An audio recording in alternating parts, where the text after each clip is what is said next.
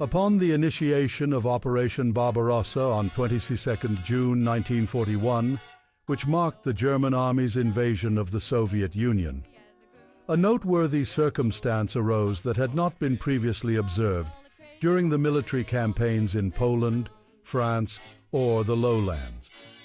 Women engaged in armed conflict as adversaries. The conflict on the Eastern Front during the war can be characterized as a clash of ideologies, specifically German National Socialism and Soviet Communism. The animosity between both factions was significantly more intense than the conflicts observed between German forces and British and French troops in the Western Front.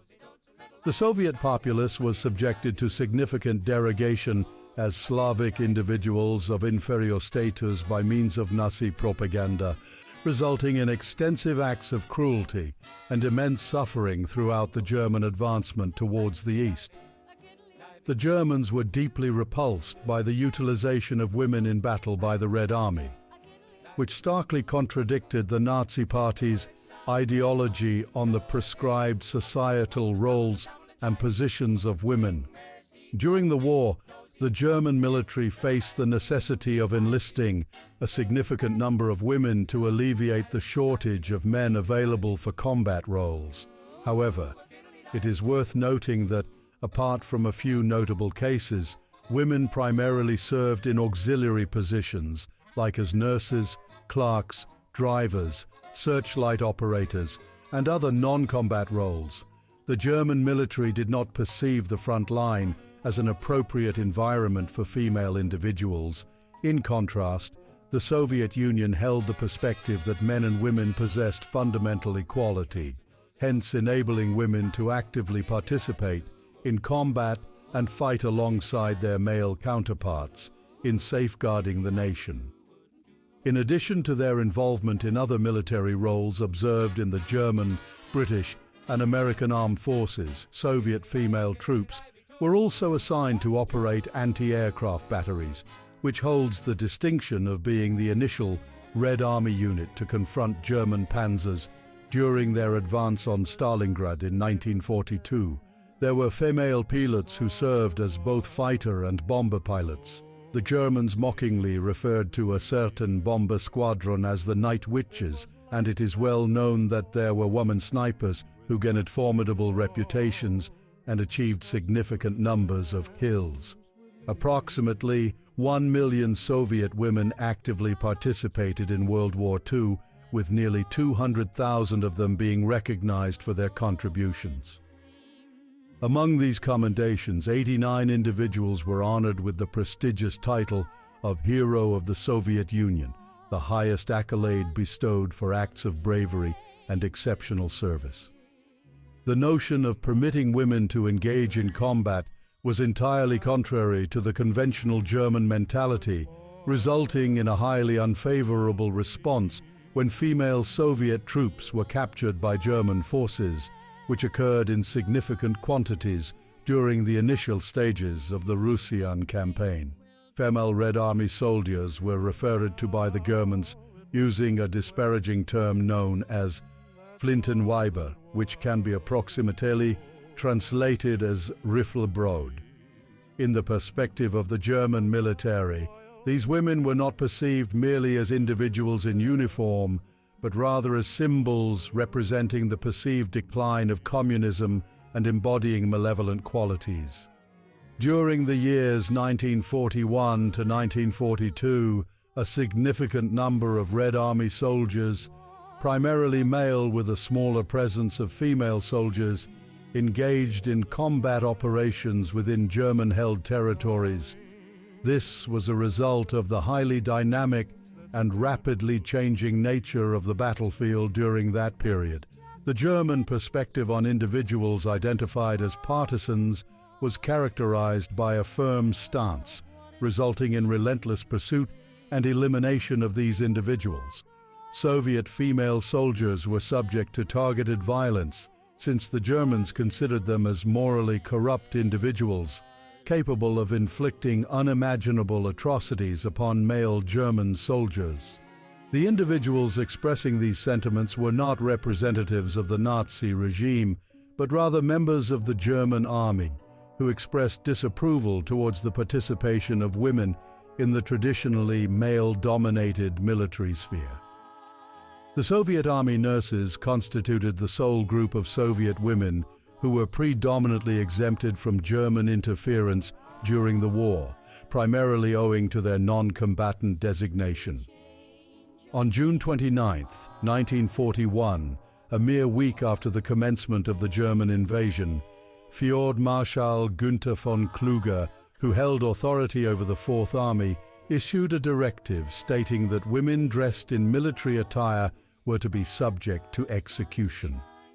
The aforementioned directive, which was afterwards revoked, constituted a clear and explicit command.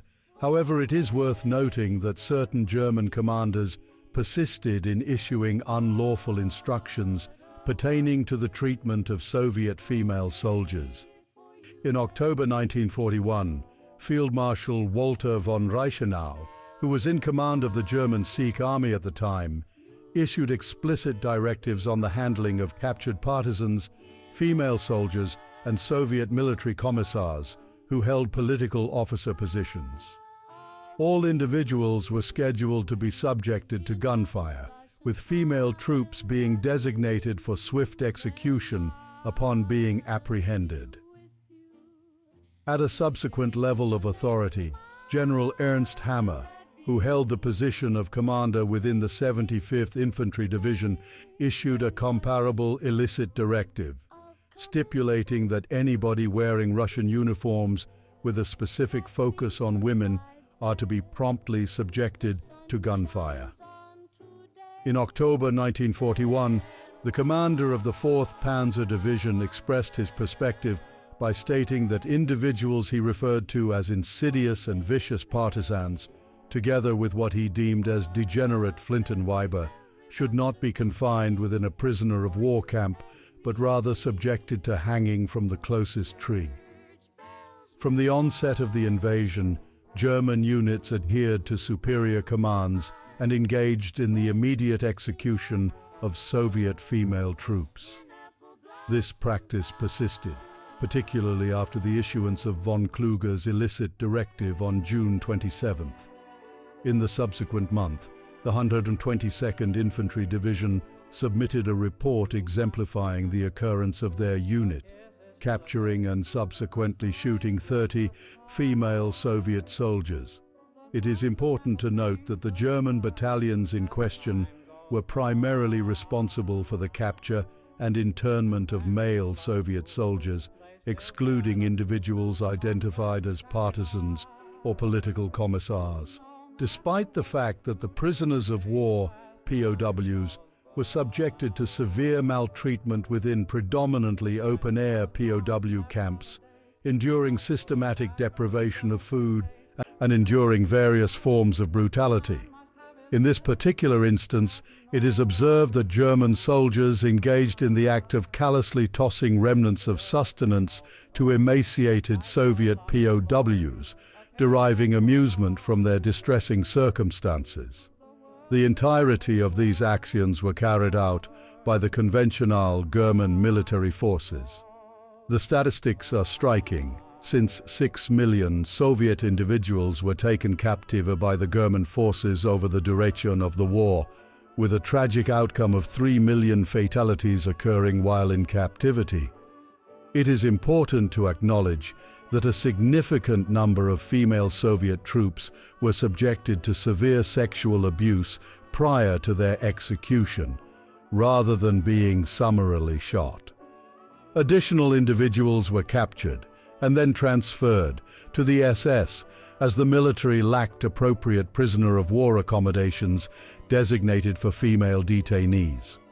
The majority of these unfortunate ladies were mostly incarcerated in Ravensbrück, which was the largest concentration camp for women in Germany, or in the Auschwitz-Birkenau women's camp. At Ravensbrück, a significant number of approximately 18,000 Soviet female prisoners of war were detained at various points in time. A considerable number of female troops from the Soviet Union resorted to suicide when confronted with the prospect of impending capture, whereas the German forces executed thousands of individuals in similar circumstances.